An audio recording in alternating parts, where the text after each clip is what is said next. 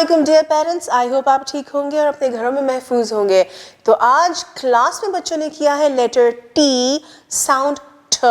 बच्चे जब घर वापस आएंगे तो आपने सबसे पहले उनकी डायरीज निकलवानी है, नोट करना है उनको होमवर्क क्या मिला है, और एज यूजुअल आपने डायरीज एंड में साइन ज़रूर करनी है, क्योंकि इससे आइडिया होता है टीचर को कि आप बच्चों के साथ कनेक्टेड हैं। जी, तो फिर आपने बच्चों के साथ बैठना है और बुक के पेज के ऊपर जो QR कोड मौजूद है उसे आप स्कैन करेंगे और उसमें मौजूद वीडियो आप बच्चों के साथ देखेंगे।